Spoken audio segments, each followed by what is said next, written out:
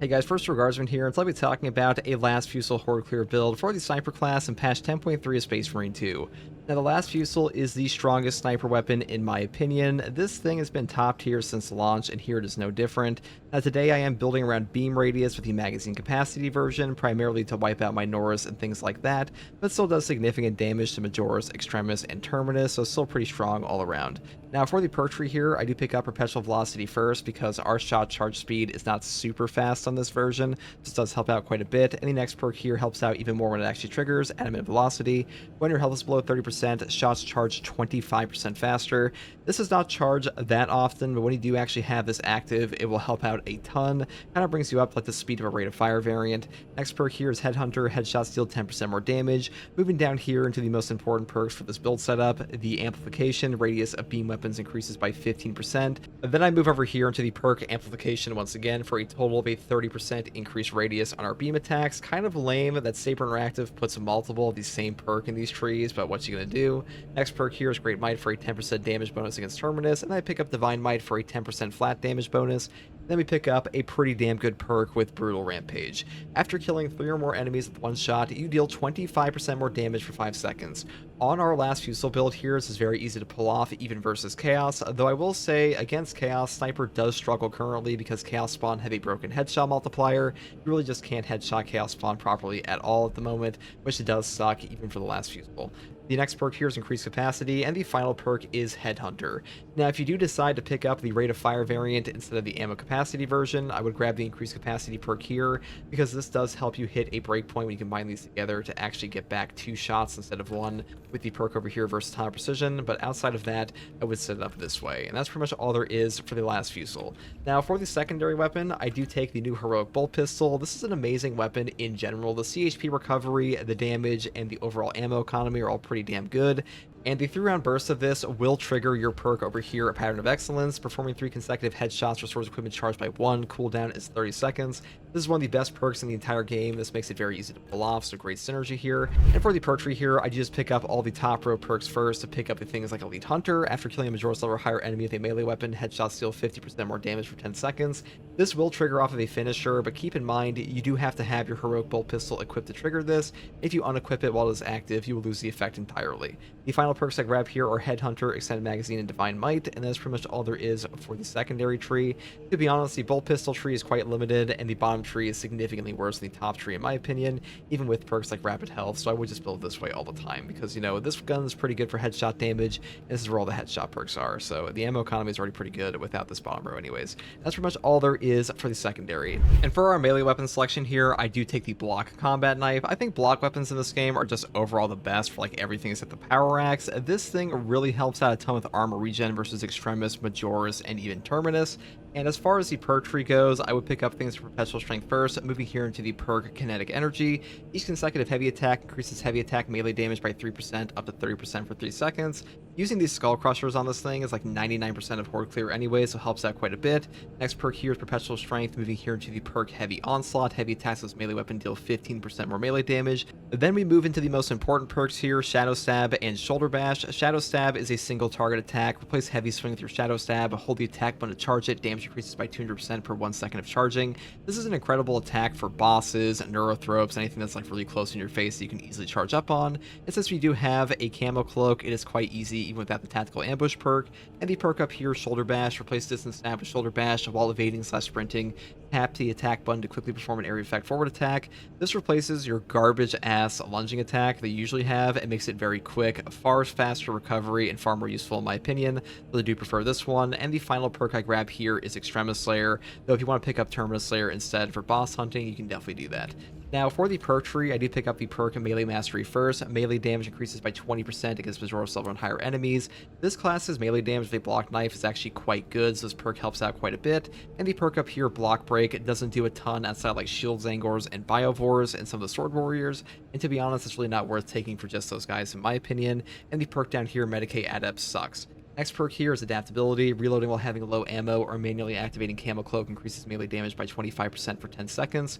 This perk is very strong. A 25% increased damage bonus for 10 seconds on your melee attacks for something you'll be doing all the time is very valuable. And the perk up here, Vantage Point, is just like, remaining stationary is not very good in this game anyways for Sniper. And high capacity is good. We already have a pretty damn high ammo capacity on this build. So pick up this one instead.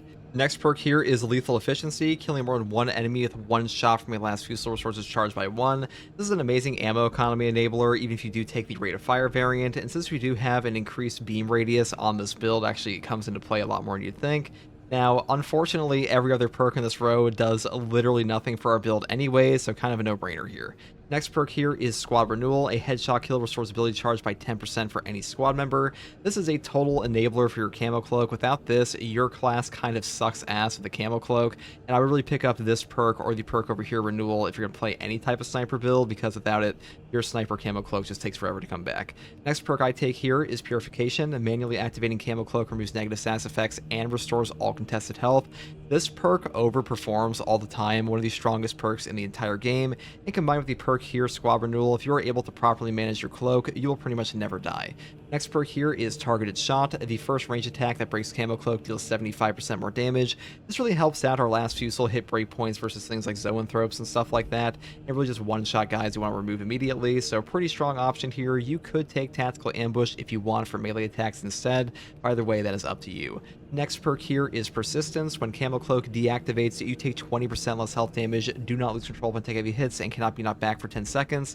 The 20% health damage reduction on this is very powerful. Now, having no knockback for 10 seconds on this class is also invaluable, because otherwise the only no knockback you get on the Sniper class is through things like Indomitable Spirit in our Prestige perk tree or Emperor's Grace, so this really helps us out a ton. Now, if you don't want to take this, you could take Lingering Concealment, but if you do take Lingering Concealment, I would make sure to pick up Indomitable Spirit, because that will save your life as well. But, all of that is up to you. Now, for the Sinister perk tree, I do take the perk Pattern of Excellence. Performing 3 consecutive headshots restores equipment charged by 1. Cooldown is 30 seconds. This perk seriously enables a Melt-A-Bomb spam, Crack Grenade spam, Shock Grenade spam, and really any type of equipment spam in this game is top tier, because it kind of breaks the pickup economy of the game in general. So really, really good perk. Pretty much always grab this if you're playing a sniper, because perks like this, Emergency Override, are not very good at all, and this perk, Evasion, just completely sucks. Now, next thing here for the Prestige perk tree is Emperor's Grace first. When Camo Cloak activates, you become invulnerable to damage for 2 seconds. You can do a lot of cool things with this perk. Being able to just phase through enemy attacks is totally possible with this. The invulnerability that this perk grants will actually give you the ultimate form of no knockback in Space Marine 2. You will literally phase through any single attack in Space Marine 2, regardless of like a heavy hit from a boss or something like that, so really useful option. Next perk here is Versatile Precision. Performing a kill with your secondary weapon restores 15% of your primary weapon's ammo. Cooldown is 15 seconds. This perk seriously enables your ammo economy as well. Without this, you will run out, so it really helps out a ton. And the final 2 perks I grab are Versatility after switching, or excuse me, Exacting Focus. After a gun strike, you deal 20% more range damage for 10 seconds, and the perk Conviction. When your armor is fully depleted, you take 25% less health damage for 15 seconds, because this perk makes you insanely tanky. And this perk is very easy to pull off, because gun strikes versus Minoras count, and a 20% range damage buff for 10 seconds is a very large damage buff for a very long uptime. That's pretty much all there is for this build, guys. The last Fusil is one of the strongest weapons in this game, even with the debuff versus like the no headshot multiplier chaos spawn currently. That'll hopefully be fixed in like patch 11 or something, and hopefully this build guide helped. And if you like content like this, subscribe for more. And as always, thank you for watching. Take it easy. Bye. The goat Straven.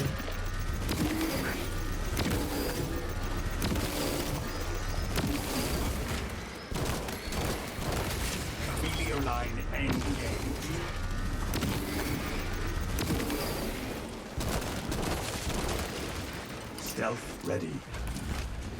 Emilio line cloak activated. Their numbers are no match for our strength.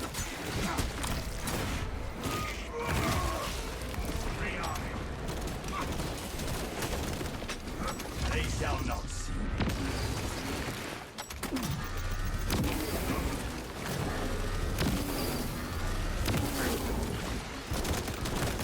Emilio line cloak ready. Oh, that's annoying.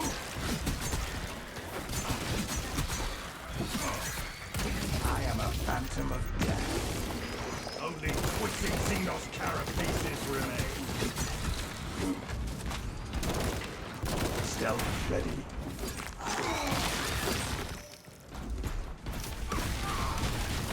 Been playing Assault a lot, Diesel. Assault's really fun in this game. A great spot right now.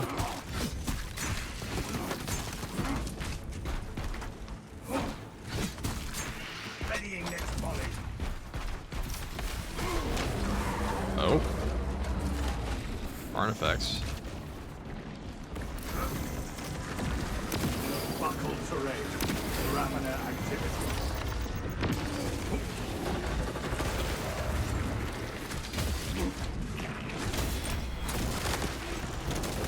Inserting fresh magazine. Active camouflage charge.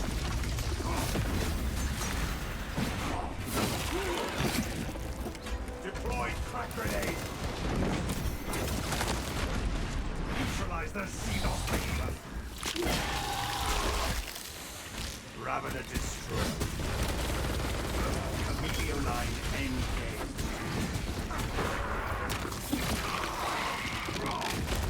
Stealth ready. Changing magazine.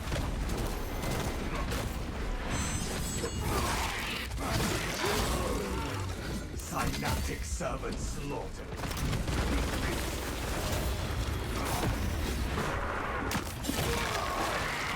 Emilio line cloak ready. Emilio line cloak activated.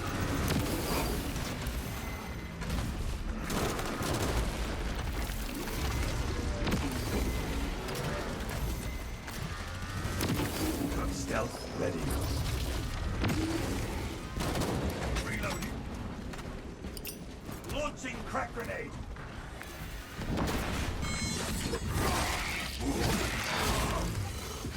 What the fuck is this guy doing? Active camouflage charge.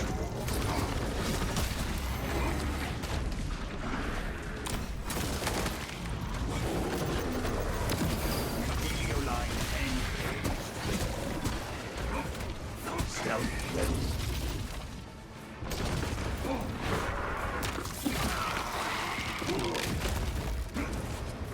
Take all you can carry. Alien firebomb eliminated.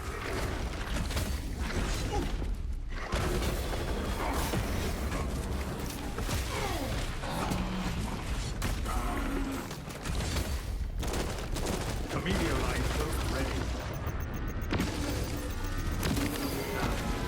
This guy is bugging out.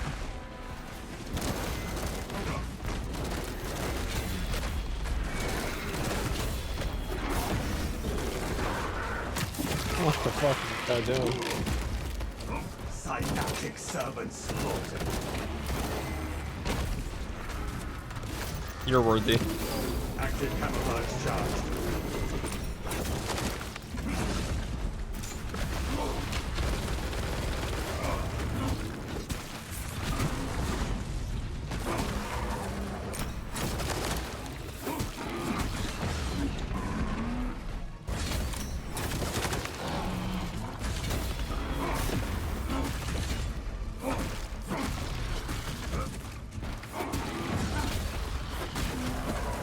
What the fuck?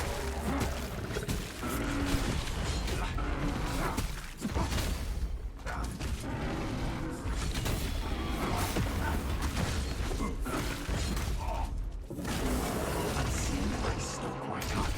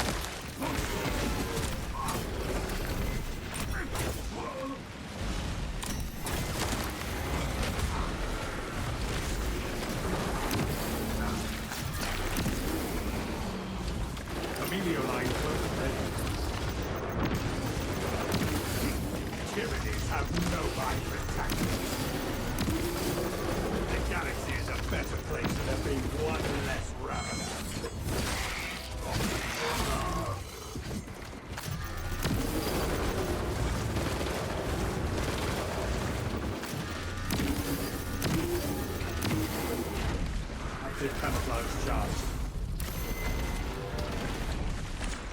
Unseen eye stalk my target.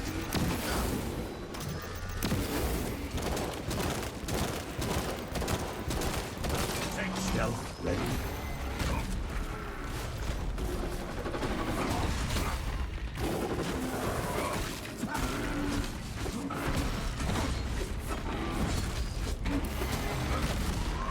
My god, the parry bugs are actually nuts. This is the buggiest Carnifex boss I've ever had.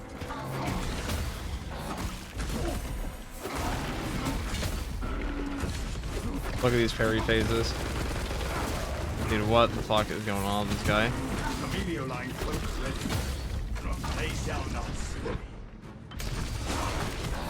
Make it end.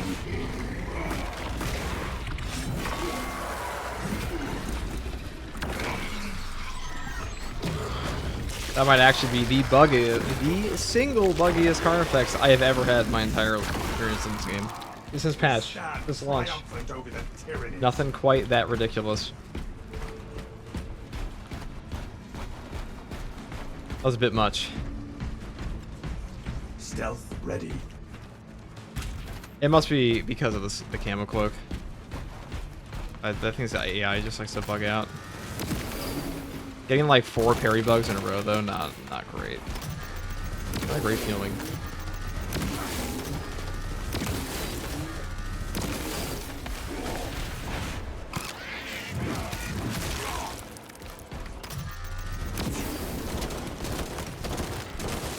Readying next volley.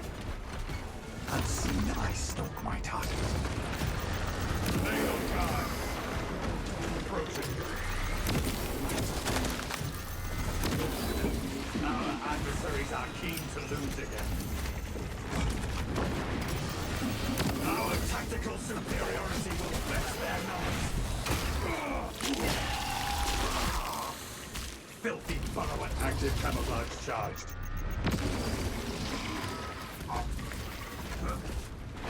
Second wave headed toward us. We laughed at more hostiles arriving, but just as needed. Crack grenade! That was almost a Chroma Grind one.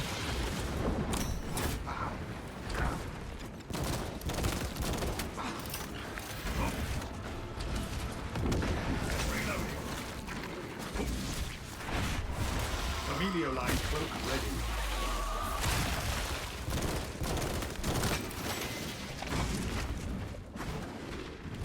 Emilio line cloak activated.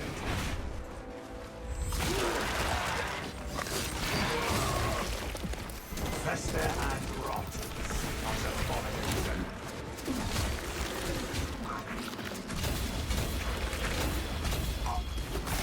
Stealth ready.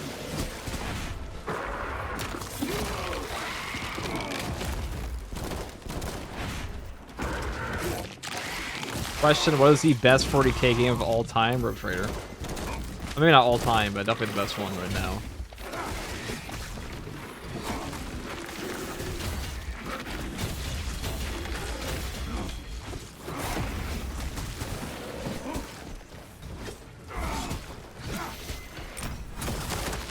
Alien fireball in lane.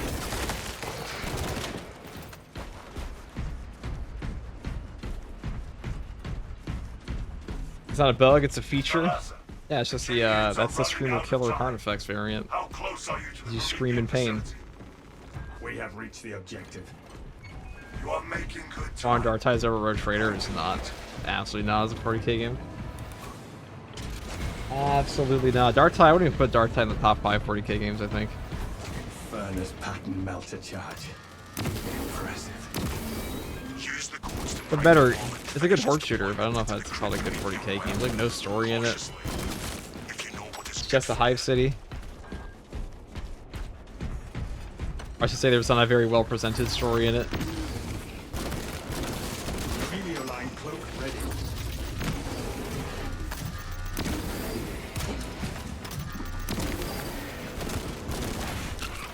Tyranids have no mind for tactics. Okay, that's an insane take. Not really. Time to get to work, machine. Rates of activation have been observed. The generators hum in the machine gods. You're running emergency override or pattern of excellence? Always pattern of excellence. Emergency override's not very good. Delivering payload. Alright, let's see what we got here. Shockman. That's pretty good for us. Concussive ordnance. Generator 4 has their attention. Active camouflage charged. Violent dismantling of generator 4 in progress. Punish the ignorant iconoclasts. Emilio line cloak ready. Get out of my way. We have work to oh shit. Okay. Do that. And we'll go and I shot them all.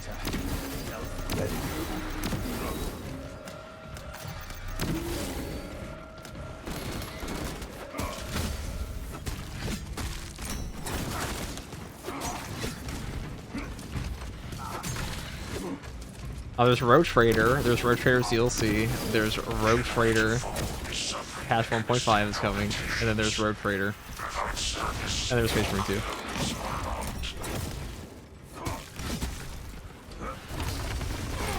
Those are all better than Dark Tide. Emilio line cloak ready. You can forget Dawn of War. Drive is jammed. Perform the necessary cleansing to resume operation. Yeah, and Adeptus Mechanicus, that's true.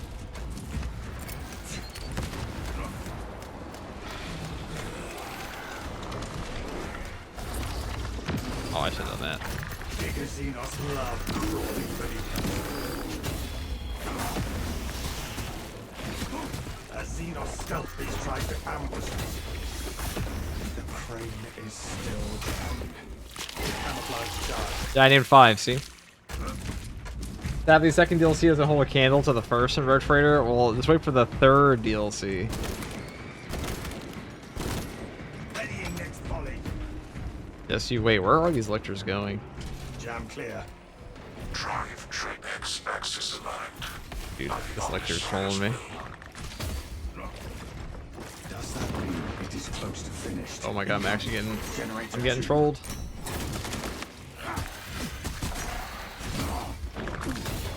Potential original sabotage of generator 2. Secure immediately.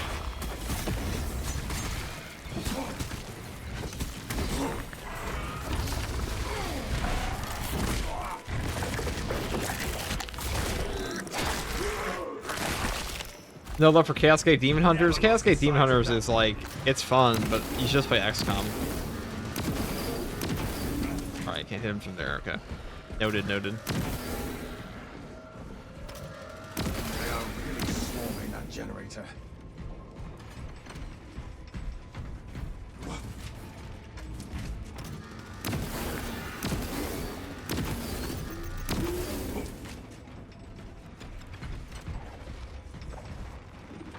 Munitions here. Camelio line cloak ready. There you go. Moving Did I on get him? generator 1. My favorite generator, hold on. Oh, they want to screw up Trans in the Infinite? I mean, it's a Necron. Hopefully it expands the Necron portion of that game a bit. That'd be my hope.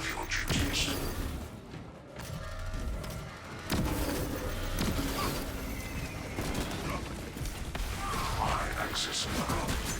Margin of error 0.0 millimeters. Blessed be the omniscience divine precision. Ready.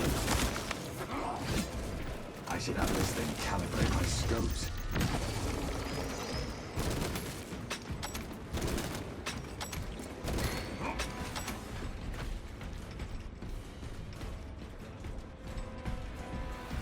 I'm pushing for it to be Act 4 5 focused rather than blow Act 2 more. That's a good idea. You should definitely push for that, Revan. They'll actually listen to you too. Because Owlcat will do that for their creators.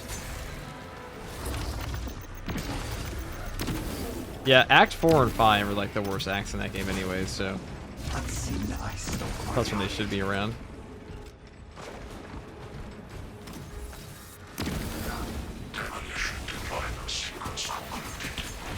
I was gonna say they're most underbaked. Desires watchful Oculus. Self-command. Thank the Emperor. It is done. There is an observation platform within the Cryptomethium fields. It will make a good vantage for the ambush. Alright, we're probably done here.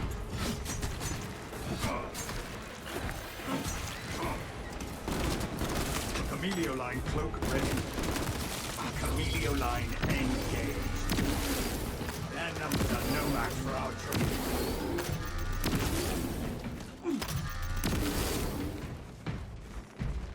Take all you can carry. I've just started Road Trader for 700 hours of Baldur's Gate 3. My only complaint is that it feels like it could have been released alongside Mass Effect 2. Otherwise, love it so far. What do you mean by that, Lord Giggleton? Objective on the other side. Lord Giggleton, you tell.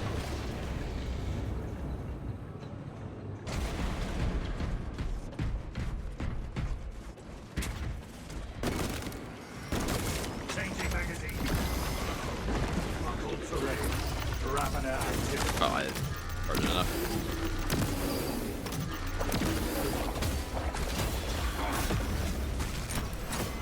It dug its own grave. Stealth ready. That zoanthrope is no more. That's the nice thing about any last Fusil build, is just get rid of those in like 2 seconds. It's a little dated. All Alocat games feel a little dated in some ways, but I am a that's not a huge studio. reloading. Guessing the graphics, Dark Heresy will have a mild upgrade in full voice acting, but they don't have the millions Larian did for full mocap. That's true. Larian is a huge studio compared to Alocat. Is the issue. Alocat will probably get there one day. I don't know if Dark Heresy will be their magnum opus, but it should be good. It should be a step in an amazing step in the right direction for their games. And then, you know, like their Divinity 2 or something like Divinity 2 for Baldur's Gate 3. But, you know, they'll have like their Divinity 2 and they'll have their Baldur's Gate 3 where it's like, holy shit. This explodes. Like one of the biggest 40k games ever.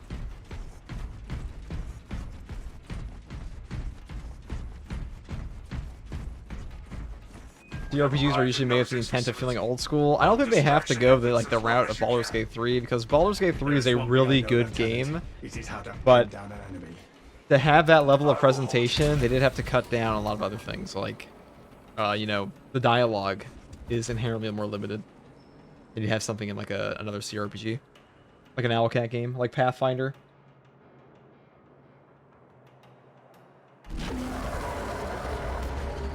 Another con effects. No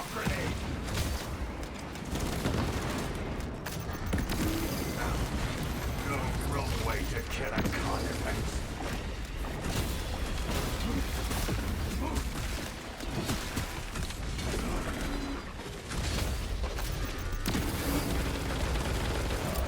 Throwing shot grenade.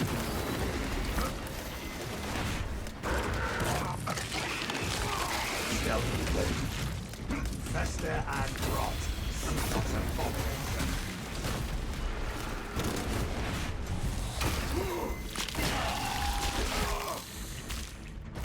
The galaxy is a better place for there being one less Ravener. Free army.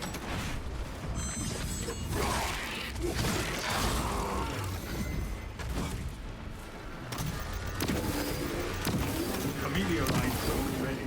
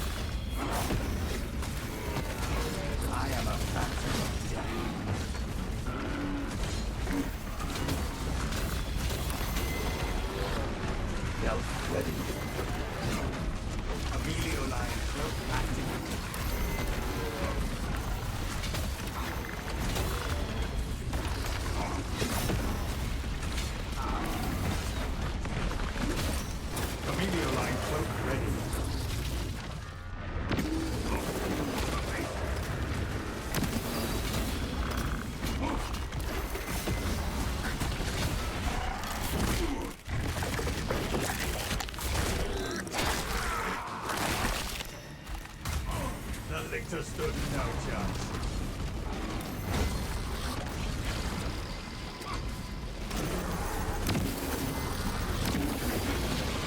Active camouflage charge. That zoanthrope has played its last hand. Inserting fresh magazine. Stealth. Tyranids have no mind for tactics.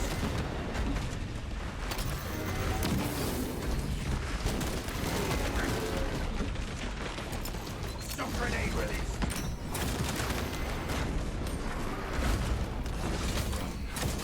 Look at them all. As if I tried.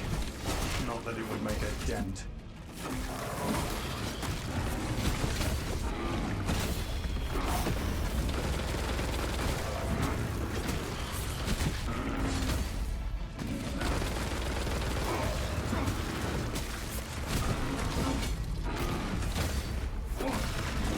I am a phantom of death. Meteor line close ready.